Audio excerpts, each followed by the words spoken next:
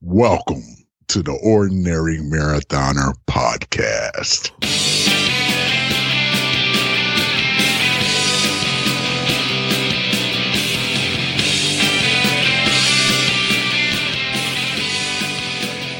Hello and welcome to the Ordinary Marathoner podcast. My name is Scott. I'll be your host today. Got a great show for you today. Got a really good guest. Going to bring him on in just a moment.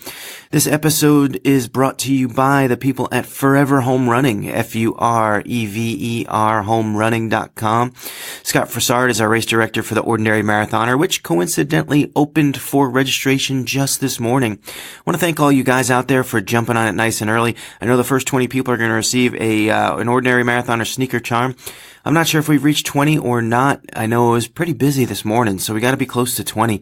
I know we've ordered 100 medals. We can certainly order more if we get a lot of interest early on. That's kind of the goal. Our mark is 100. We'd really love to get there and love for you guys to help us out. We had such a great time doing the race last year, and I think Stephanie and I are going to put an entire video out on how to fully participate and enjoy the Ordinary Marathon this year, just so you make sure that you get everything you possibly can out of it, and really looking forward to it. It's gotten a really good reception so far, and I want to thank Scott Frassard over at Forever Home Running for helping us out on that front. You can also find you can find this and the back episodes of our podcast at our website, ordinarymarathoner.com. Check it out if you can. You can also find them over at our YouTube channel. Got a lot going on over at that YouTube channel lately. Stephanie's in week 2 of her Couch to 5K program called Mom's Miles and Baby Smiles. We've gotten 2 episodes out. Looking forward to getting that third one. We've been pretty good with trying to get, to do one per week and get those out to you guys. She's doing a great job sticking with it. So, good for her. And I'm loving the idea of the Couch to 5K series. I gotta admit, it's a pretty good idea. Glad I thought of it. Anyway, what else we got? Our Facebook discussion group over on Facebook. It's a closed group. You got to add yourself to it. Put you through right away. It's called Ordinary Marathoners. Really supportive group there. You can head on over there, ask your questions. If you got questions about running, you can post your workouts. A lot of people do that. You guys have been getting up early. I see a lot of guys posting their early morning workouts. I don't know how you guys do it, but you do it. I've been trying to get up early, post my daily podcast. It's about 10 minutes. Just called the Ordinary Daily Podcast. That's all. I chat to myself for 10 minutes. But I've gotten some pretty positive feedback on that. So I like doing it. I'm going to try to keep on doing it as long as I can get up in the morning, which has been so far my biggest obstacle. We'll get on that. We'll improve. I promise. Doing it. I don't know. I'm trying. What else we got? We have our Twitter page over at Ord Marathoner. That's ORD Marathoner. You can also follow the Ordinary Marathon Race. That page is called Ordinary Race.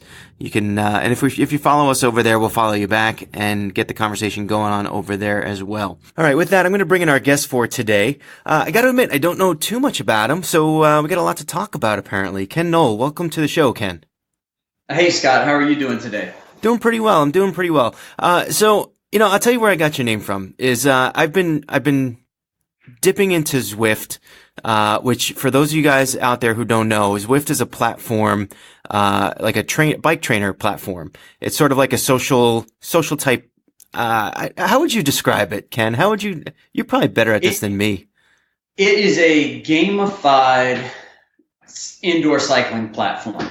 Yeah, I like is the best way that I can describe it. And so what it's tried to do is take all of the terrible things about indoor training and enhance them to make it more engaging. Wow, I like that. It's almost like you work for Zwift? Not yet.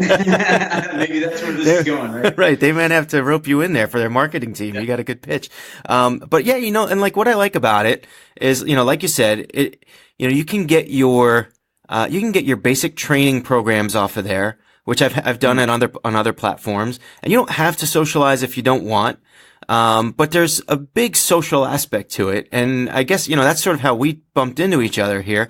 So let me get a little bit about you first. What is your cycling background? What is your sort of athletic background? How did you stumble on Zwift? Well, I was basically got really into riding probably when I was about 30. I'm 43 now.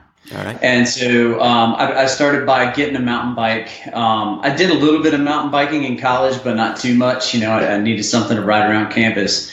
But around like 30, 31, I bought my first mountain bike and just got bit by the bug. I had gone to my doctor and he's like, look, we're going to need to put you on high blood pressure medication. You're overweight. You drink too much beer.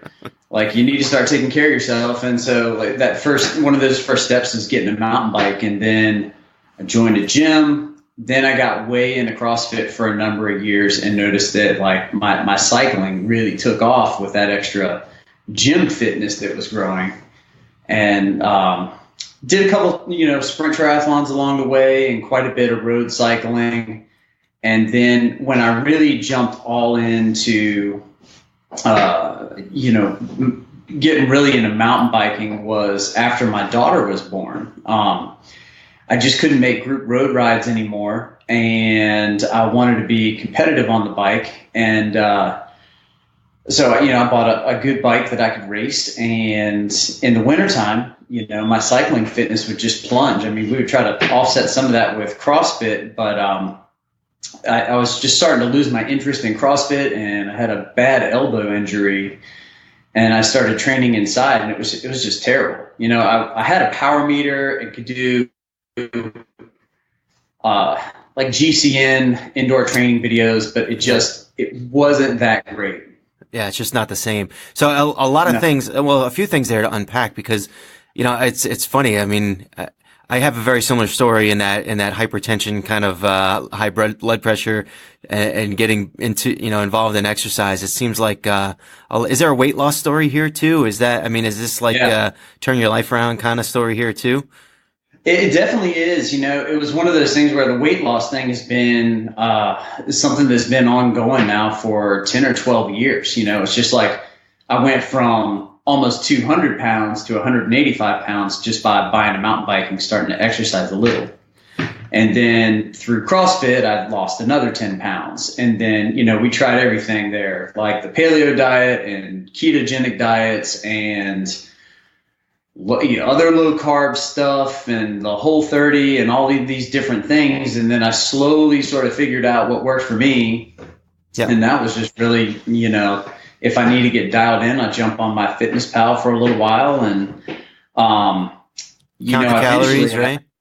Yeah. Count some calories, count some macronutrients. Yeah. And so at my high point of 196, like as of right now, I'm down to 151, which is, I've lost a lot of muscle since I quit doing CrossFit. That's like the cycling bot, like you cycling guys, man, I envy you. I'm like 220 right now. I'm now probably 224. I don't want to undercut myself those extra 4 pounds, but man, I look at you cycling guys and I know when I'm on Zwift, that extra weight, I can't wait. Like every time I step on a scale, I lose a pound. I update my Zwift. So that, cause it's a major factor in speed. Oh yeah. So, but I think that's awesome. I don't know, man. 150. Woof. Yeah. It's kind of, it was really weird, when I got down there and, I definitely miss having some shoulders and, some back muscles and stuff like that. The fact is, it is just too hard for me to get to the gym right now. Yeah. And that's another factor. How old is the baby? So, she's 5 now. All right. So not even a baby anymore. She's, she is wide open. Yeah. But, so yeah, with that, let's segue that into sort of like how I met you. So I was kind of, I got into Zwift maybe like 2 or 3 months ago. Zwift maybe 3 or 4 months ago. I've been doing some other programs, Rovi and, Training Peaks, I think. Training Peaks, something like that. And I went Trainer Road or something. Trainer Road, yeah. Trainer Peaks was the training, yeah, you know what it is. But Trainer Road is just basically, and I know people that love it, but it's basically like lines. Like you have to just, it's like, you have to push out 170 watts. So do that for 20 minutes and you just got to try to maintain that wattage or whatever. which is good in a way, but you can also do the same thing in Zwift if you really want. Right. So I went and I got a professional bike fit because I just been having comfort issues on the bike.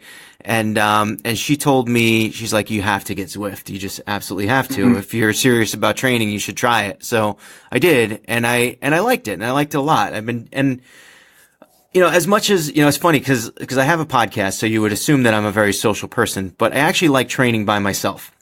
Okay. And I was doing a lot of the training programs and somehow stumbled across, your group on Facebook. And so your group is called DIRT, and you can tell everyone what that stands for. Okay. Yeah, gladly. Dad's Inside Riding Trainers. Which is awesome. And especially when you think, you got a 5-year-old. So for the last 5 years, you've probably been inside riding trainers during the winter. And it's not, having a kid, it makes training, it's just another challenge in terms of finding time and being able to train. And maybe, I guess, you know how Facebook is. Zuckerberg knows everything about you. So probably the moment my daughter was born, he said, Scott, you got to join this group. He didn't say that personally, but you know how they have a way of making things pop up. He's Zwifting now from what I hear. I heard that too. Yeah. He should be in the group. I don't know if he's a dad though. Yeah. He is. He's qualified, man. Man, you got to make that pitch. If you get him, the group will grow tremendously. So I did join the group. I joined the group probably like 2 or 3 months ago, probably 2 months ago. And really everyone on the group is super nice. And that's one of the things I like about the group is like some of these other groups, like these tri groups and other places I've been to, there's sometimes like this, I don't know. It's like, it just does, some things don't make me feel good about myself when I read, you know what I mean? It's like they either make fun of certain people or they criticize, but there's never, I don't see any of that on your group. It seems like a whole bunch of really good people, with common goals and support. And for me, reading it, has been it's been a very good resource. And was that like, I mean, is that something that you guys try to maintain it that way, or? We definitely did, and let me give you a little backstory of how we got here. Yeah, so let's do that. Let's go through everything. Yeah, our founder is Jason Stern, and you may have stumbled across him as well. Sure, but he was just this really nice guy that I ran into in a Zwift event at some point about a year ago. Yep. And we started riding together. And he started pitching this idea. He's like, hey, guys, we need a team. There's a bunch of guys that are dads, and we ride before work. We're on the East Coast. Why don't we start a group of dads that ride before work on the East Coast? And he's like, would you be interested? And I'm like, sure, whatever. Go ahead. You start it up, and I'm in. And I just didn't think – I thought it was, like, really specific and that we would get a couple guys and it'd be fun. And so he ended up recruiting a couple other dudes to the team. We launched the Facebook page on October 1st, not really expecting anything. And the last I checked, we're at about 1,100 Facebook members and something like 900 on Strava. And we're now on Zwift Power. We're the 7th biggest team in the world. Wow. And so, before the team even started, we would chat it up on Discord or whatever. Just talk about the struggles of dad life, and that we're not here to be A racers, and the ethos just grew from there. And we were saying we're the most well-behaved group of 1,100 men you will ever meet. Yeah, I agree. I mean, it's like it's so laid back and so it's supportive. I don't know if you guys can hear my dog barking. We just moved our studio into the basement, and there's like no soundproofing here. So it's like whenever I got to tell my wife, it's like, all right, I'm going to podcast. You got to be quiet. So now I have to deal with my dog, but you can't tell the dog that apparently. He doesn't care. Yeah, we're going to let him go. Hopefully, at least he's protective. I think he's gotten more protective ever since the new baby came, Dogs have a way. Imagine that. Yeah, dogs have a way of doing that. A lot more barking. But yeah, I'm gonna have to do a little more soundproofing down here, I think. But anyway, we'll get back to the group. So I must have joined the group. I didn't realize you guys started in October, but all I know is that when you guys started, there was like 400 people when I started, and now it's 1,100, and it's been like a couple months. Is there a key to the success of growing the group, or has it just been sort of organic? It's been very organic. So one thing that we post in Zwift Riders and Zwift Racers. Yeah. And so just for instance, like Zwift Riders has over 50,000 members. I just think that there are a lot of men looking for something. Yeah. Like some sort of way to connect with other men in a meaningful way.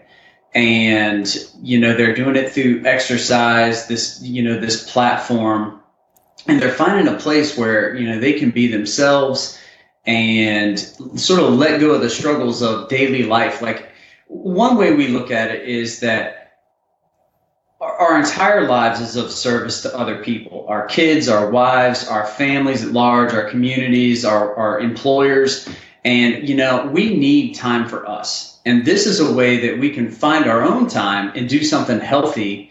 And the benefits, the mental and physical benefits, make us better at all of those other things that we do.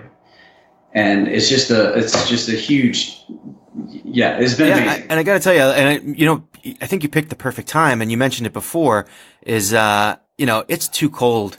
I'm in the Northeast of Massachusetts. It's too cold to be outside. And I do ride with a certain group of people at times. Like I said, I do like to train by myself most of the time, but I do ride with some other people at times. And now it's just, forget it. There's no going outside when it's 10 degrees. I know some people are, you guys are crazy, but, some people are listening going, I ride outside. It's like, no. Like, I cannot stand the cold. I was actually listening to one of your podcasts this morning where you said you were on your way to the gym and passed 3 runners and it was 14 degrees out. 5 a.m. Unbelievable. Yeah.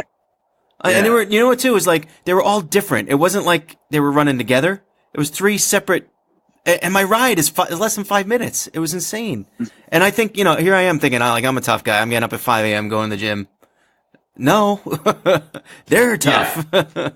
No, they are. And, and the thing is like, do I want to be tough or do I want to get results? And what it really came down to for me, whether it was looking at indoor training or training in terrible weather, was that I like riding a bike because I like to get outside on days when it's nice outside. And I don't want to suck it up and put, it's just trying to kit up for a 30-degree ride is like launching the space shuttle. I hear you. Yeah. Yeah. So the one thing, here's kind of where I've sort of had cold feet with the group. Okay. And so perhaps you can help sure. massage this. So I'm not a very strong rider. I've done 2 Ironman races. And I completed Lake Placid course 2 years ago, which was the hardest thing I've ever done. But I'm not a strong rider. It took me over 7 hours to do that course. So I mean, in Zwift land, I'm probably around a D. The weight loss, the weight definitely hinders it. Being 220 plus pounds, it definitely hinders it. But, I see some of these lighter guys pushing less wattage than me and going, smoking me. So I guess, the thing is like for me to do a group ride and, sort of dip my toe into something that's brand new. It's hard because I don't want to be like the guy that everyone has to rescue off the back of the, you know what I mean? Cause, and if you can explain that sort of phenomenon as well, in terms of drafting and all that stuff, how does, what would you say to someone who sort of like me, who has sort of has cold feet in terms of getting into that group dynamic and, sure. And doing their first group ride with a group like yours? Okay, sure. And I think that this is something that we're really trying to consider, and we want to meet all of our members where they're at. And so one of the things that we started doing, we don't do it every week, but a lot of times we'll do a race report, but we also do a category C and D race report. So those other categories where riders might not be as fit yet, or they're still in the process of leaning out or whatever it is, they get acknowledged too. And, they get supported as well. And so like that's one thing we're trying to do. We're also trying to create rides that are of all different skill levels. So what may be a recovery ride for an A or B rider could be a building ride for a CD rider. And so, and here's another thing I would say to anybody. I have been dropped on the road 20 miles from my house so many times, it's ridiculous. I've run out of water. I've run out of food. My gels have fallen out of my pocket in bike races, and so the fact is you're in your own house. If you get dropped, who cares? Just suck it up, laugh it off, come back and get dropped a little bit later tomorrow. And in a week from now, maybe you get dropped on lap 3 instead of lap 2 and just stay the course. And so we don't want to put pressure on anybody. We want all these guys to jump in and participate and just have a good time at any level. And don't start until you're ready either. We're not going anywhere. And, you mentioned Discord earlier. Why don't you kind of explain that for, what that is for people out there? Okay, so one thing that Zwift does not support is voice chat, at least not yet. They're still pretty young in their cycle. Discord was a third-party app created for gamers so that they could, so say, for instance, you were into Call of Duty or something like that, you could create a game channel for you and your teammates to talk on. And so that's what we did early on. Was we created a Discord channel for our races, and now any morning when you jump on into one of Dirt's organized events, there are always people on there chatting it up, and we usually stay on and just chat it up after the ride is done, and we're just circling around Zwiftland, Watopia, whatever. So yeah, it's a good way for us to get to know each other. Yeah, so it's just like a chat room basically. Yeah, chat room. That's cool. That's I gotta when I do my first group ride, I think it's certainly gonna be with you guys, just because I do feel like a certain level of comfort. And really everyone's been so helpful and friendly on the page. Why don't you just I guess for the record, just tell us, where's the page? Where can we find it? Where, is there any other resources? I know you mentioned that you have a couple YouTube videos out there. Right. Where can we find you guys? Zwift Power is another third party where you can join our official Zwift team, and that's where results are posted. So if you're into that side of the game, that's where you want to see results. If you are on social media, we have it's a closed group. It's Dirt Zwift Team. And just send us an invitation. We've even had some ladies send invitations. We don't block anybody. We accept them. Hey, I got to tell you, that was my next question was are you going to be at Augusta National and just be men only for a long time and then invite Condoleezza Rice to be a part of it or something? Does she ride? Does she Zwift? I don't know. She will though, if she could be a member. I'm sure she probably does. She does everything else. Yeah. But are there some female members? We don't know. We don't know what growth looks like. So we've got the Facebook page, we've got an Instagram page, we've got which isn't very active yet. We've got the YouTube page. We are building out a website, and just sort of seeing. We want to start adding content there. I gotta say also, I love your logo too. The logo's kind of more official now. It's kind of like the little suit and tie. Yeah. It's you got a lot coming together there. Right. So basically, Jason and I, we sort of divide and conquer. He's been really good about getting us new members by posting on Zwift team, Zwift Riders, and some other places. He's been interviewed by Zwift Insider. It's like a magazine, online magazine for Zwift. And he has done most of the infrastructure build out, where what I focus on is the social media and trying to keep members and add content and just be kind of the hype man for the team. Right. So what do you guys have down the line? Where does this go from here? It seems like, has this been a shock to you how quickly it's grown? It has been a shock to me. And so, one thing is if something along these lines could look towards making a living doing this instead of being an apartment manager and an HOA manager, which is what I am, I mean, I think that would be much cooler if I could, focus on doing this full time. Then we could add so much more content. We could do so much more engagement with our members. We might even be able to do some in real life group rides and events. Right. So where are you based out of?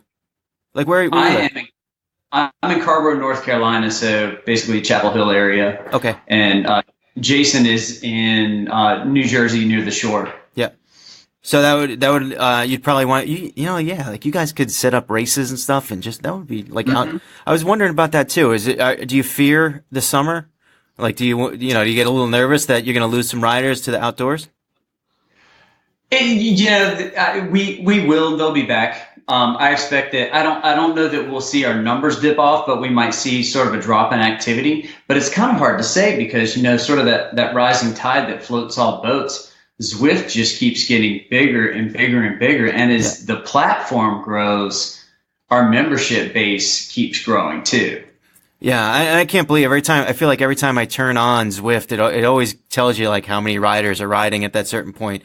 And some days you get on there and it's really crowded. And some of these races that, they've been doing this Tour de Zwift lately. Have you been doing that one?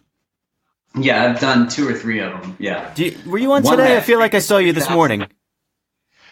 I was just riding around this morning. I needed a recovery day today.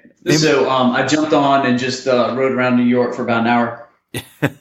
See, that's what Zwift is like, folks, right there, is that the guy's in North Carolina, he just takes a little bike ride around New York. And so let's touch on that really quick. So Zwift kind of created their own world, Watopia, right? Right. Which is kind of neat. Right. And it's kind of weird because like you cycle around it enough and all of a sudden like the gamer kind of thing, like it becomes sort of second nature, like a second home. Right. And you know where you are and you know where everything is. And then they did Richmond. Mm-hmm. I don't know what, by the way. So that was awesome. Wow. Is it pretty accurate? It's very accurate. I drove up all those hills, a million times growing up. And in 2015, I got to see the women's race, the men's race, the men's time trial, and got to see Sagan attack and win. Yeah. It's very realistic. So are you into like real life? Are you a fan of cycling in general or? Yeah, definitely. I've followed road cycling pretty intensely the last couple of years. So do you like watch the Tour de France when it's on? Yeah. Nice. Yeah. Nice. I haven't gotten that. You know what? I got to tell you, like I really enjoy cycling. I don't know what it is. I don't know. I used to bike around when I was a kid, and there's something that I think sort of gets me in touch with that little kid still. Yeah. And then just to be able to take it, and I don't know, because I started in running, and I think the thing about running is, especially when you weigh a lot more, like. If I spend an hour running, I'll burn 1,000 calories. If I spend an hour riding, I'll burn 600 to 700 for me. So sometimes I don't know from an efficiency standpoint if that's, if losing weight is my goal, maybe I should be doing more running. But there's something about the cycling that I just enjoy, and getting out. I ride on trails, and I know most people will, meaning just we have bike paths near us. I am like just extremely scared, which is another benefit actually of Zwift, right? Is you don't have to worry about getting hit by cars. Well, and that was actually part of my story. So these 3 things kind of came together all at once in 2017 for me. First, I was battling like elbow tendonitis, or really a tendinopathy or tendinosis, so badly that I couldn't go to the gym anymore. And then one morning I'm riding through town on my way back from the mountain bike trails, and I got hit by a car. Man, it was awful. Like I'm in a bike lane going like 12 miles an hour, and somebody just like hit me head on pulling into a parking lot. Yeah. And so I was like, you know what? Once I started riding Zwift, I really haven't gone out on the road a whole lot since then. And so here's one thing I want to just sort of say to your audience, who is, especially for the older members, that our only model of training was watching these, corny videos with a bunch of spin bikes set up in a gym somewhere, and you're looking at your heart rate and somebody's calling out intervals. I mean, traditional training sucked on a trainer. And it's gotten to the point where the Zwift platform is so engaging, especially when you take into the account of like Discord and the community of it, that my mind gets fooled. I can't tell once I'm in it and sweating, my heart rate's up, that I'm not really out there riding a bike. It's the same thing. And you know, all of us, like so many of us got into it as a training platform. And then we discovered that Zwift isn't training. Zwift is its own real thing. You know, we want to be good at Zwift, not do Zwift to get good elsewhere. Right. You know, and you know what's interesting now that you mentioned that, you know, I know the few rides I've gone on with, when I go on, you know, go out with other people, it's not easy to have a conversation while you're riding. When you're outside, because you have to like, you know, you have to keep up with the other person. If someone else is coming the other way and you're on a trail, you have to move over, you have to do it, you know, it's like you can, but, you know, with the Discord, whether you're in the front of the pack or in the back of the pack, you can have a uninterrupted conversation with anyone in the group. That's an interesting aspect to, you know, write that down. yeah, definitely. Like I'm riding with my buddy Sean this morning, and then eventually I completely lost him. He's not anywhere in sight. I don't even know where he is. But we're still chatting it up on Discord. Yeah, that's an awesome aspect I never even thought of. But you know, I think the one thing that gets me with Zwift is, so I've been doing this Tour de Zwift thing, and like there was one ride in particular. They were, you know, they stopped doing standings, which I don't really, I actually liked when they were doing standings, because it would be like I'd go out with 2,000 people and I'd be in like 1,600th place, and I just don't want to be last, you know? So it kind of like, it was just an additional, I just kind of want to see where I'm going to finish in the pack. I know I'm not going to compete, but some people would finish, and you look at the top, you know, and I don't know if it's a Zwift screw up or if someone's messing around with their bike or their home setup. Like people would finish in like 25 minutes and the ride's taking me an hour and a half. So Zwift has some, you know, they have some kinks to figure out. I think other people, from what I understand, they'll put their weight in as like, you know, they'll undercut their weight by 50 pounds and whatever. And it's just that kind of aspect, the easiness to cheat. And you just, you know what it is like, you just want everyone to be honest, but in the reality that we live in, people aren't honest. I mean, if you come up across anything like that, have you heard, you know, the similar stories or? I think that you do see some of it, and I know that so the third-party app, Zwift Power, which pulls data from Zwift and Strava, they have tried to account for that as much as possible by, you know, making sure that your results don't really count unless you're using a power meter and a heart rate monitor, and it looks for sort of outliers. So basically the way that the categories are set up in Zwift is by your sustained watts per kilogram. And so if you are, you know, you got a monster FTP and you weigh 120 pounds and you show up in a D race and you just blow everybody out of the water, you're going to get disqualified on the Zwift Power results. Right. That's smart. I think that's smart of them. And it's, you know, and truth be told, I think especially when you're talking about the group dynamic and what you guys do, you know, if someone's cheating, who cares? It's not like you're giving out prizes necessarily, or maybe you are, but, I think for the most part, people seem pretty honest. And really, when you're talking about doing something like an indoor training program, like you're only screwing yourself. Yeah. So. Yeah, definitely. And, you know, I mean, there's always going to be those people out there that need gratification from outside sources. They're going to cheat their weight or whatever. I mean, I weigh in about 3 or 4 times a week and always update my stuff. Yeah. So I try to be really honest about it. But you know that there were people that were pigging out throughout the Christmas holiday, and they don't update their weight, right? Yeah. I hear you. Yeah. I hear you. So, you know, one last aspect that I kind of wanted to touch on, because I wanted to touch on this earlier, was, in terms of the group aspect. One of the things I love about going to the page is, everyone always has like a little picture of their indoor setup and how things, you know, and I always try to like compare mine. I think I might have put a picture up in the beginning. I don't know if I actually did or not. But it's like a very social kind of group that, I love the pictures. I saw a guy put a picture. I don't know, for all I know, no, it wasn't you because your kid's too old, but a guy put a picture the other day of him, riding on the bicycle with what looked like a newborn on the aero bars. Yeah, I saw that. And I'm like, but that's what this group is about. It's like, everyone's got, they're all dads. So it's something that everyone kind of has in common. As a dad myself now of newborn, I've been trying to think of ways, for the most part, I'm just out of work, so I'm home. So I'm able to kind of, for now at least, I'm able to sort of, do the handoff and here you go. I'm going to be down in the cave for, for an hour, 2 hours, whatever. I've been lucky in that respect, but once I start working again, I know those hours are going to be harder to come by. And I'm going to have to do something, maybe not that drastic of laying the baby out on the aero bars. But, I think, the pack and play might have to go up in the gym. Yeah. And I'm sure that a lot of guys in your group do similar things. And I think that that's a sort of a good way to bring people together. Oh, I think it's great. I mean, if you look at some of the setups, first of all, like, I can't believe the conditions some people allow themselves to train in. That's true.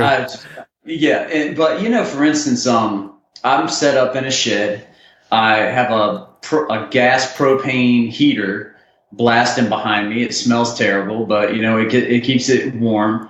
When my daughter, she knows by now. Like, so my wife, she's a trainer, and so she leaves early in the morning. When my daughter wakes up, she'll come out into the shed. She'll hang out with me and play and bring her dolls and then, for instance, my partner Jason, he set up his basement with fencing around his trainer and toys everywhere. So his whole family hangs out down there. His wife runs on the treadmill, his kids play with toys, and he rides his bike. That's great. And I kind of have a setup where I could do that. And we have a treadmill and an elliptical, and my wife does the same thing. She'll be down there sometimes on the elliptical while I'm riding. I have this tremendous fear that we have a cat who's really curious. And my fear is he's going to get a little too curious about the back wheel. Yeah. Yeah. And I guess I would worry the same about my daughter eventually, but you just got to fence that part out, Yeah. You'll have to figure that out. I saw your video, your YouTube, where y'all were cleaning up the gym. Yeah. The gym. It was awesome. You've got a really nice setup. Yeah, and we bought the house, and the people that lived here before us had a gym set up in that area. And when I saw it, I was like, wow, this is like the perfect spot. So we went to Costco and got like that rubber flooring that's like super cheap. And we put that in there. They had a spot for a TV, so I put a TV, a little TV. It's right above the bike. It's incredible. Right. So, and then I bought like a little tray that I put a laptop on, and I throw Zwift on there. I mean, I see some people's setups and they're incredible, like giant screen TVs and disco lights. Right.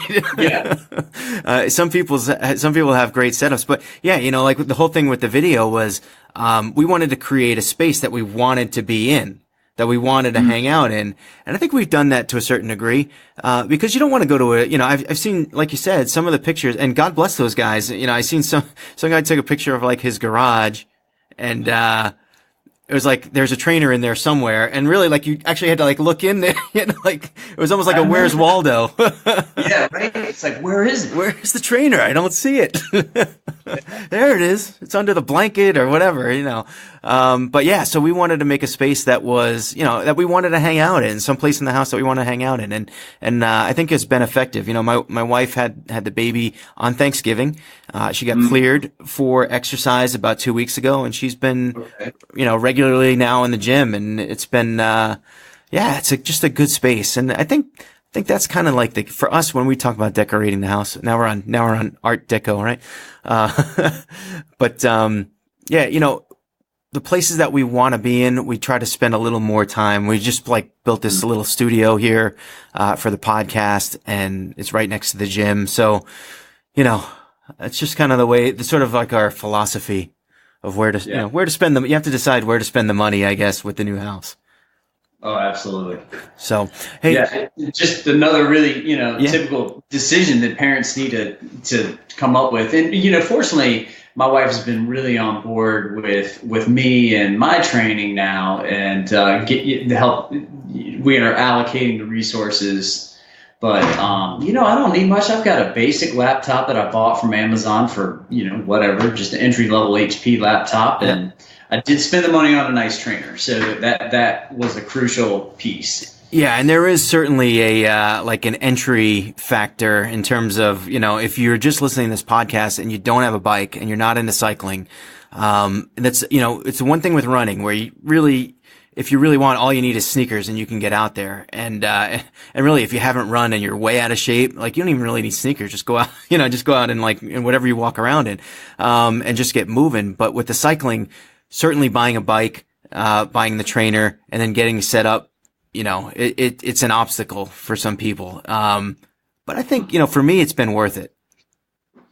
It is. And, I have some family members that do Peloton and know some other people that do it. And it's like, if you have the money and you can afford it, it's not cheap. Right.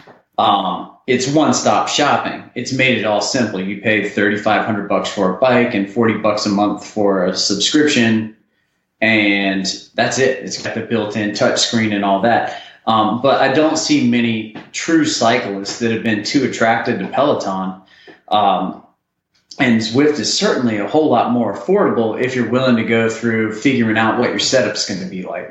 Yeah, I agree. I have a couple friends that have the Peloton, and I feel like the Peloton kind of, I think you hit the nail on the head. Like, the cycling, if you're into cycling already, Peloton's probably not your thing.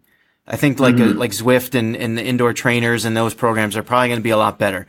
I think that Peloton did hit sort of a niche with kind of like the everyday people that go to the gym, that maybe use the bike in the gym, that see it as an alternative to running because they don't like running.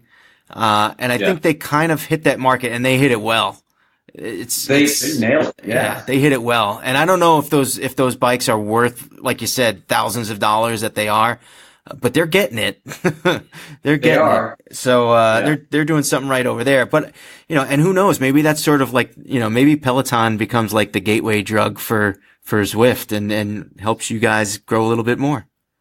Yeah, and I think it will. And I like that there is some competition in the space. I mean, I think that people get so almost ideological about whatever they're doing. Like, I'm into Zwift, or I'm into Peloton, or I'm into Trainer Road, or there's a couple other platforms like Vertigo that's coming out now, or has been out for a little while.